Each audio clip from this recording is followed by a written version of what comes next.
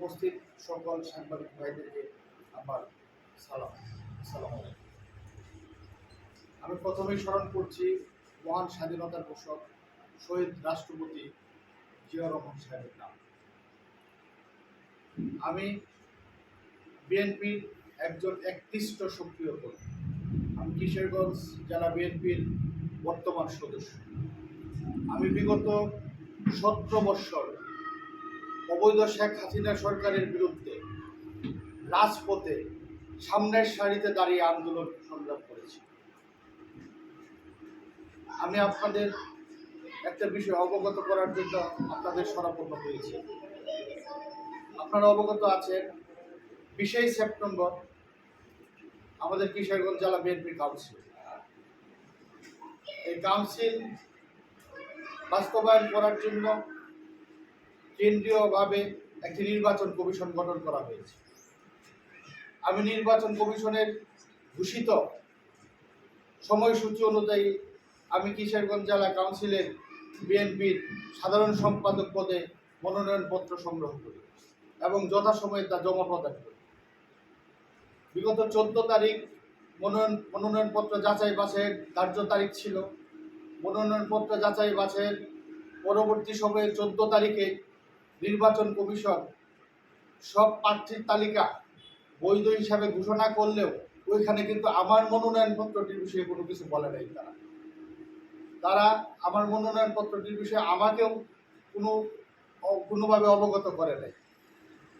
আমার মনোনয়নপত্র যদি বাতিল হয়ে থাকতো এই বিষয়ে তারা আমাকে অফিসিয়ালি জানানোর কথা থাকলেও তারা অফিসিয়ালিও এখন পর্যন্ত জানায় নাই। তারই প্রেক্ষিতে আমি গতকাল 2 দিন অপেক্ষার পরে 16 তারিখ আমি সশরীরে নির্বাচন কমিশনারের কাছে গিয়েছি। প্রধান নির্বাচন কমিশনারের সাথে আমি সাক্ষাৎ করেছি। আমার মনোনয়নপত্রটির কী অবস্থায় সে সম্পর্কে জানতে চেয়েছি। ওনার কাছে আমি একটা দরখাস্তও প্রদান করেছি। কিন্তু পরিতাপের বিষয়, খুব দুঃখজনক বিষয়, ওনারা এখন পর্যন্ত 2 দিন বাকি থাকতে কাউন্সিলের 20 তারিখ কাউন্সিল, আজকে 17 তারিখ, এখন পর্যন্ত তারা আমাকে এই বিষয়ে কোনো অবগত করে নাই। আমি বিএনপির একজন সক্রিয় কর্মী, এটা আমার অধিকার। আমি কিশোরগঞ্জ জেলা বিএনপির সদস্য। আমি সদস্য হিসাবে কিশোরগঞ্জ জেলা বিএনপির কাউন্সিলে সাধারণ পদপ্রার্থী হিসাবে নির্বাচন করব। নির্বাচনে ভোটের মাধ্যমে জয় পরাজয় নিশ্চিত হবে। কিন্তু আমার সাথে যে ব্যবহার নির্বাচন কমিশন এখন পর্যন্ত করছে, আমি ব্যক্তিগতভাবে মনে করছি আমার সাথে অন্যায় করা হচ্ছে। আমি সেই বিষয়ে দলীয় হস্তক্ষেপ কামনা করছি। আমি আমার নেতা, আমাদের এই 20 তারিখের কাউন্সিলের প্রধান অতিথি, আমাদের ভারপ্রাপ্ত চেয়ারম্যান মহোদয় জনাব তারেক রহমান সাহেবের দৃষ্টি আকর্ষণ করছি। আমি আমার দলের মহাসচিব মির্জা ফখরুল ইসলাম সাহেবের দৃষ্টি আকর্ষণ করছি। আমি সিনিয়র যুগ্ম মহাসচিব অ্যাডভোকেট রুহুল কবির এসবি আহমদ সাহেবের দৃষ্টি আকর্ষণ করছি। আমি স্থায়ী কমিটির সদস্য সালাউদ্দিন আহমেদ সাহেবের দৃষ্টি আকর্ষণ করছি। যেহেতু আমাদের হাবিবুর নবীন খান সোহেল সাহেব যুগ্ম মহাসচিব আমাদের দলের, উনি এখানে ঢাকা বিভাগের দায়িত্বে আছেন, আমি তাদের দৃষ্টি আকর্ষণ করছি এবং তাদের হস্তক্ষেপ কামনা করছি।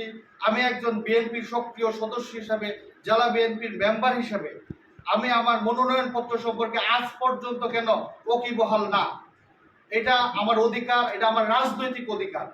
আমি আমার অধিকার সম্পর্কে আপনাদেরকে জানালাম। আপনাদের মাধ্যমে আমি আমার দলের নেতৃস্থানীয় দল আমাদের ভারপ্রাপ্ত চেয়ারম্যান মহোদয়কে অবগত করছি, যেন তিনি যেহেতু এই আমাদের 20 তারিখের কাউন্সিলের প্রধান অতিথি, আমি আশা জ্ঞাপন করছি আমি একজন সূত্র বিএনপির সক্রিয় কর্মী হিসাবে আমার এই মনোনয়নপত্রের বিষয়ে তারা যেন হস্তক্ষেপ করেন, তিনি যেন হস্তক্ষেপ করেন।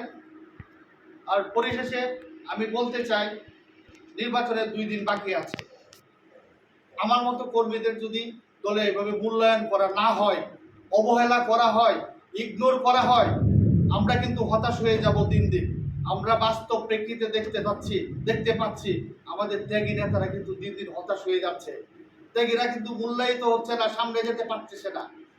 আপনাদের মাধ্যমে সেই বিষয়টা আমি কেন্দ্রীয় নেতৃবৃন্দ, আমাদের দলের মহাসচিব, আমাদের দলের ভারপ্রাপ্ত চেয়ারম্যান তারেক রহমান সাহেব, আমাদের দলের সিনিয়র যুগ্ম মহাসচিব রেজভী সাহেবের দৃষ্টি আকর্ষণ করছি। আমি অবশ্যই আশা করছি ওরা আমার এই বিষয়ে অবশ্যই হস্তক্ষেপ করবেন এবং আমাদের ত্যাগী নেতাদের উৎসাহিত করবেন, যেন ত্যাগী নেতাদের মাধ্যমেই বিএনপি যেন সুদূর সুদূর ভবিষ্যতে আমরা আদর্শিক রাজনৈতিক স্থাপন করে আদর্শগত রাজনৈতিকভাবে এগিয়ে আমরা বিএনপিকে মূল্যায়নের চূড়ান্ত সীমায় নিয়ে যেতে পারি। আমাদেরকে যদি এভাবে হতাশ করা হয়, আমাদেরকে যদি অবহেলা করা হয়, আমাদেরকে যদি ইগনোর করা হয়, তাহলে আমরা হতাশ হয়ে যাব, ত্যাগী নেতারা কিন্তু হতাশ হয়ে যাবে।